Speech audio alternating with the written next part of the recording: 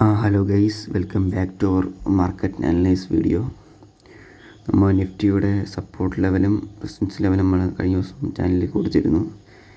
May 4 election date ആണ്.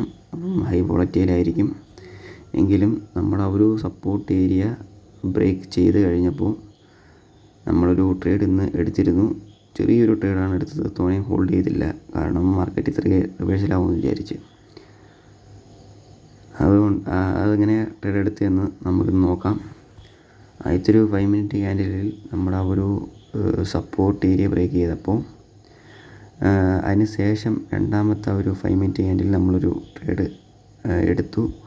അതിൻ്റെ SL എന്ന് പറയുന്നത് നമ്മുടെ റെഡ് ലൈൻ അല്ലെങ്കിൽ ഇന്നത്തെ ഡേ ഹൈ ആയിട്ടാണ് കൊടുത്തിരുന്നത്.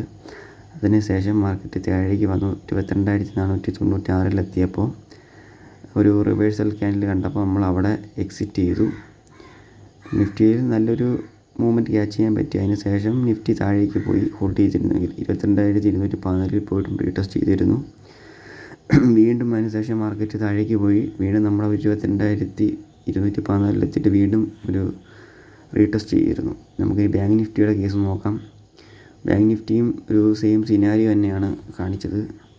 നമ്മുടെ ഒരു സപ്പോർട്ട് ഏരിയ ബ്രേക്ക് ചെയ്യുമ്പോൾ നമുക്കൊരു ട്രേഡ് ഓപ്പർച്യൂണിറ്റി ഉണ്ടായിരുന്നു ആ ഒരു റേഞ്ചിൽ.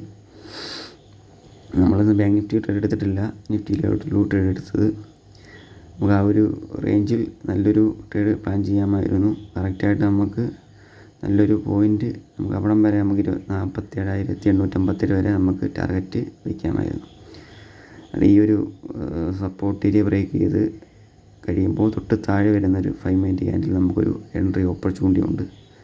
അവിടെ നമ്മൾ എൻട്രി എടുത്താലും